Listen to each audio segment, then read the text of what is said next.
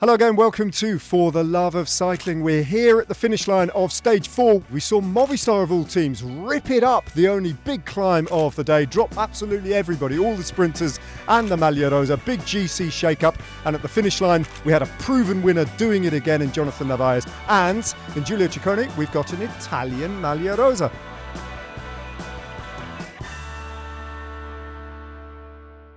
It's nice to have a short stage like that, isn't it? We were always looking forward to that because it just encourages sort of dynamic racing, doesn't it? Yeah, the start immediately we saw there was many guys on the attack because they hoped like today might be that kind of a mixed stage, you know, where to put it, you know, which box it fit. At the end, it was how much 30 riders maximum at the front. I mean, we were expecting sprinters. It was completely not a sprinting stage. Yeah, and I think also the organizer of the Giro thought like it was a sprinting stage. They gave it like a two stars. Yeah. Basically means flat in But Giro speak. It was 50 points available for the Ciclamino. Yeah, I mean, they expected like a bunch sprint. I don't know what they were thinking. That climb, what was it called? The Cozzotunno was in the Apennines, the Calabrian Apennines. It was huge. 15 kilometers, 6%, and also like thanks to Movistar, they approached the climb after I think 1 kilometer. They came out the front and ripped it off the whole peloton. I mean, they did an amazing job, and thanks to them, we had 30 riders. The kind of going home with a little bit of, you know, not very happy with the outcome of today. Yeah, but I think you can sum up the race today was like this thanks to Movistar. Yeah, also, they did it. Yeah. The fact that we had a late attack, we come there later, and also this one was, you know, shut down by Movistar as well. So yeah. All right, rewinding a little bit. Kilometer 0, the flag dropped, and for once we had a proper kind of like, it wasn't prolonged, but it was a proper fight to get in the break, wasn't it? Can you remember the 6 riders? Martin Marcellucci, Rafferty, Darren Rafferty, the 22-year-old Irishman. Seems like ages ago, doesn't it? Mattia Bais, the brother of Davide Bais, who won a stage of the... Jacobs from the Swiss rider from Gruppo. Johan Jacobs, who's kind of like... Yeah, no, rather than Jacobs is more English sound. No? Yeah, Jacopo. Jacopo, Jacobs. He rode across. He missed the initial 5-rider move and bridged across. What's that for? So we've got 2 more to go. From Team Picnic Post NL. Raisin. Yeah, they make things complicated. But yeah, he suffered a little bit today, Warren Bagila. I think his best years are behind him. He's winding his career down a little bit. But we got the 6. We got the Nicholas Larsen from the Unibet Rose Rockets. Exactly. But they had to. I mean, so Darren Rafferty was at 10 seconds on GC, and he was a nightmare for everybody else in the break because I mean Astana couldn't let that go, could they? So they kept it so tight. I think. Anyway, like somebody else will have come to control the stage. You know, it was a short one, 138 today. So of course, like they're willing to control because you don't have to spend too much energy. The problem was who's going to do it. So Astana, you know, took away like in Italy we say the chatagne, le castagne from the chestnuts. Chestnut from the the fire. The chatagne. This is brilliant. I use French when I don't know the English. Now you start to feel. I love it. Like every day, Jacopo's just floating these French words into the commentary, into the podcast. What else do we have today? Il fait du cinéma. Il fait du cinéma. Well, I can't remember which rider it was, but Vauclair. Come on. It was Vauclair. It's easy. Il fait du cinéma is the face that a rider pulls when they're pretending that they're in difficulty and they really aren't. Il fait du cinéma. We had a bit of that today, except Lorenzo Milesi was not pretending. No, but we'll come to that. So we arrive at the intermediate sprint. Like the breakaway was pretty much even collaboration, really fast. I mean, they were going really fast with headwind. In the back, Astana started pulling almost immediately. Later on was joined by Decathlon because they had hopes like that sprinter Tobias Lund Andersen would survive the climb. It looked like he could, you know. They obviously believed in it because their whole tactic for the day was built around that. But it was I don't know. It's far too hard. Nobody considered what would happen later on. No, because then we reached the point of intermediate sprint, which was taken by Mais without really being contested by anybody else. And then when it's immediately moment to go uphill. Up we went, and it was Movistar who got on the front straight away. First of all, very briefly with Lorenzo Milesi, who's a former world champion at under 23 time trial. Yeah. Very strong young rider. But he was then joined by Diego Garcia Cortina, who's a kind of, rangy sprinter type puncher type rider. And he did maybe 2 or 3 kilometers before that was all that he could do. And then it was back to Lorenzo Milesi again, who took it to within about 2 or 3 kilometers of the top. Maybe 4, maybe 4 kilometers. It looked so much in pain straight from the beginning that you thought like, okay, it won't last much.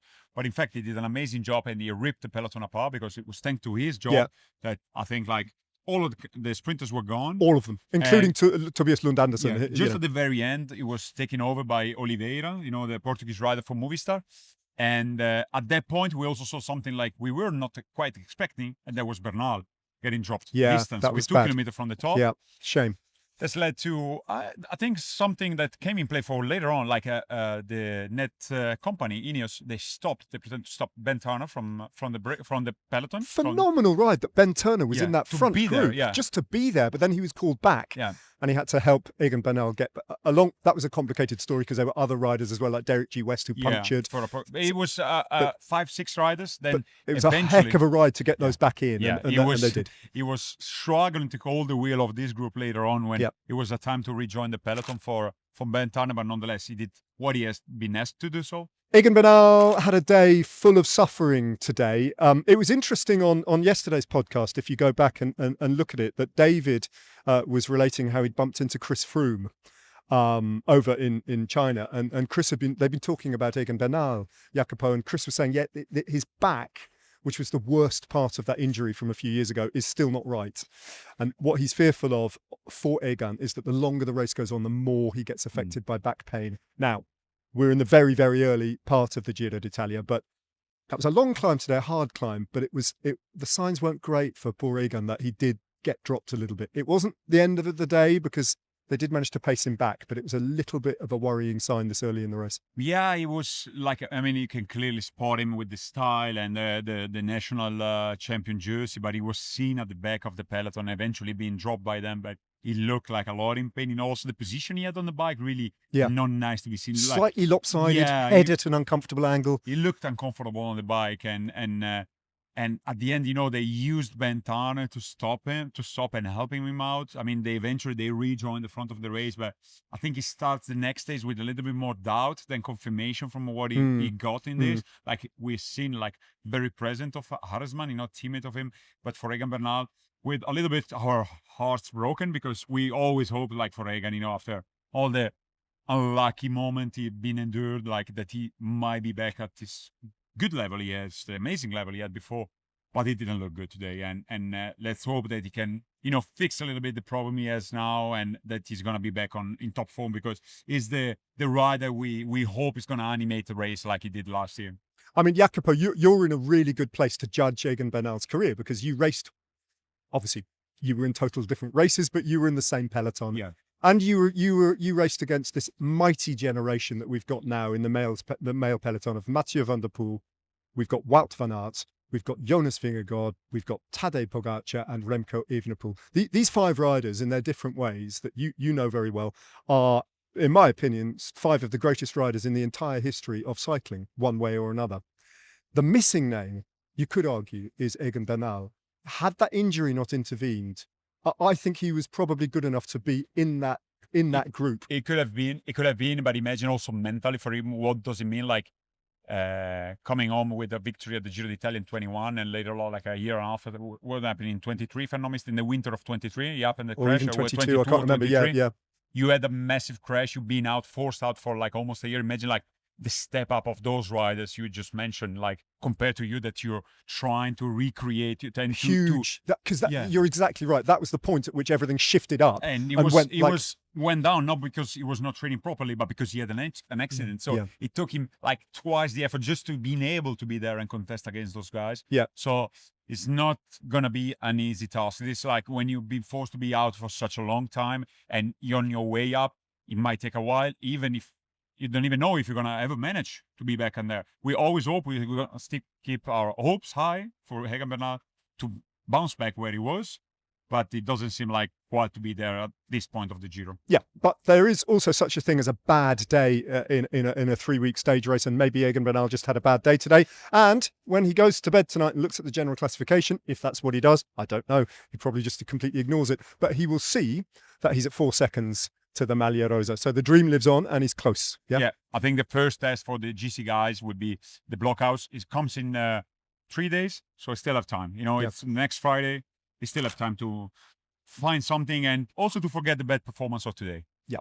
So we arrived at the bottom. It was almost time for the Red Bull kilometer, and the group was very slim, very narrow. How much? 30, you reckon? 25 riders? Yeah, something like that. Very small. Yeah. And still there were some good punchy finisher, not sprinters. Like there was Valgren, surprisingly, a very good rider by him. There was Narvaez, there was Aular, which all the job by Movistar was done to set up a good sprint from Aular. Engelhardt from Jacopo, we were expecting something from him. Then there was also the punchy kind of GC guys like Ciccone, Pellizzari, Lennart Van Etvad, Schork. At that point, Schork was in the lead. Yeah. So... Well, then Jan Christen won the bonus sprint, the Red Bull kilometre, and Ciccone picked up third place as well. So, like, at that point, the whole GC had gone scrunch like that, because, should say, Thomas Silva was dropped, he was out of it. Exactly. So we then had 4 riders on 4 seconds, all on the same time. Exactly. In the last 10 kilometres. And we noticed that Jan Christen, who was looking very good, his legs are clearly very good, was always at the back of this group of 25 riders. And that's the perfect place, if you're strong, to launch. And chapeau to you, because you looked at the road book and went, there's not much for him to work with, but there is a little motorway bridge, and it's not much. It's probably like 20 meters of like that. That's when he'll go. And guess what? That's exactly when he went. Yeah, exactly. And he was seen at the back, and then the camera switched to the front, and you saw him like bam, like a rocket launching from there. It was a good attack. It was on the Calatrava bridge. I mean, during the commentary, we didn't know they were coming on. It's a very distinct in Calatrava style. It was a bridge made by Calatrava. And what are you talking about? Who's Calatrava? Calatrava is a famous architect who designed the motorway bridges. Yeah, the bridge we're on today. How was that? I don't. Yeah, he's famous. He's very famous in Italy. He designed a lot of Valencia. Motorway bridges. Okay. No, not exclusively. It's a famous bridge in Reggio Emilia and the train station with all the. It's really close to home, but everybody knows them in Italy. Okay. It was featuring many commercials and everything. Fine. Okay. It was an amazing bridge. Very distinctive. I mean, you reckon that this is his style. That's when Jan Christen went anyway. So yeah. Sorry, I got a little detour in architecture. Maybe Jan Christen is like a big architecture enthusiast or something, and he was inspired by it. It did make a lot of sense. So he went on a go, and immediately Enric Mas from Movistar, after all this work, he had to close this down. He didn't quite make it, but he was also the guy who was, the gap didn't grow. Like after the attack, he had this 20 meters 30, and Mas he never got away. He never got away. Steady. Yeah. And Sobrero then did the last job. So when Sobrero came, I think Christian lost a lot of speed in the corners. There was a lot of cornery, approaching the finale. And then, so we arrived at 400 meters to go. And then was Jan Christian being brought back at the exact moment of the corner. Sobrero. Then was Aular on his wheel, Ciccone, and then Narvaez. Kind of overlooking from behind. Yeah. Aular opened up too early. Very early. Kind of had to. Ciccone was on his wheel and just noodling along and cruising in third place was the eventual winner, Narvaez. And when he went, it was devastating. No, there was no. It seems like the other didn't even contest the sprint. The sprint itself was coming up, and especially the last 50 meters was really picking up. Really was hard. But Narvaez got better legs, I think, and much better timing than the other two. So, I mean, he won by a big margin. An amazing sprint. It was a good finale. Really good. Really good. It was a good stage. It was a good stage. And I think it's great that Giulio Ciccone, 10 years after he first took his stage win, he got third. We didn't say. He got third. He got third again. So he keeps nibbling away, picking up these time bonuses, and his reward is the maglia rosa. He might hold it for a good few days now. We'll have to see what happens at the Blockhouse stage on whenever it is, Friday. But nonetheless, as he pointed out, Ciccone is from Abruzzo. Blockhouse is the climb of Abruzzo. Yeah. I mean, we expect a lot of arrosticini and party for Ciccone in there. Arrosticini. Now, talking of food, can we talk of food? Oh, you took us. Well, we went to a Calabrese restaurant last night, and we experienced unduja, but the proper stuff, didn't we? And also it's like give you a hint how much the food, like the quantity of food in south of Italy served. It's like it was massive. Like there was just had antipasti. Our cameraman was like, "Are we on a marriage?" Because the amount of antipasti was just immense. Nonsense. Yeah. It was great though, wasn't it? Yeah. Spicy sausage from Calabria. Where you'd thought, because we've got all this coast, you'd have thought their speciality would be fish, but no. No, actually, in the south of Italy, many places you would expect with fish, they are not, because it's not places for fishermen.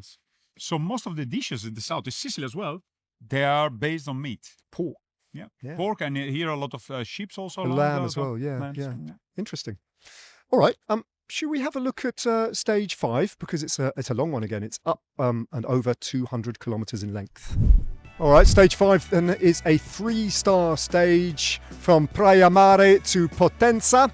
could be a day for a breakaway, Jacopo. It's up and down all day, and it starts immediately with a Category 3 climb as well, which is often useful to force the break, isn't it? Yeah, it's a quite long climb, not too demanding, a 3-star climb. Before heading down, it's gonna be lumpy all day because let's remember tomorrow, although it doesn't look like much on the paper, is a 3,700 meter altitude. So it's very difficult, very demanding parkour, and it's written breakaway all over it. You know, it's 200 kilometers that calls for breakaway tomorrow. Yeah, and the gaps have been forced in the general classification, so there's enough riders who are so far down on GC that a good, powerful break can get away and take this one all the way to the line. Big Cat 2 climb then in the final phase of racing with a kind of plateau at the top where the Red Bull kilometre is placed. I don't think that will necessarily be too relevant tomorrow because we'll probably have a breakaway and then it drops down all the way to a finish in Potenza, and that's the way it looks. It's a long and very hard stage tomorrow. All right, so quite a long and very hard transfer for you and me. Yeah, another mighty transfer of 2 hours 30. But we got good music. We got good music taste, both of us, luckily. Yeah. I mean, obviously, I have. You do. We found a little bit in common, didn't we? What were we listening to that we both liked? Pulp the other day. Bit of Pulp. Although I did have to say the word pulp about 6 times before you understood it. That come in place my You said, who are they? Who are they? I said Pulp. You imagine like the U2 in Italy. Italy. Are they? Pulp. How else can I pronounce pulp to help you understand what I said? Pulp. It sounds more common people. More Spanish than this, right? All right, that's it from Jacopo and myself. Please like and subscribe and do tune in, spread the word every day, and I hope you're enjoying For the Love of Cycling. We'll be back tomorrow. For now. Ciao.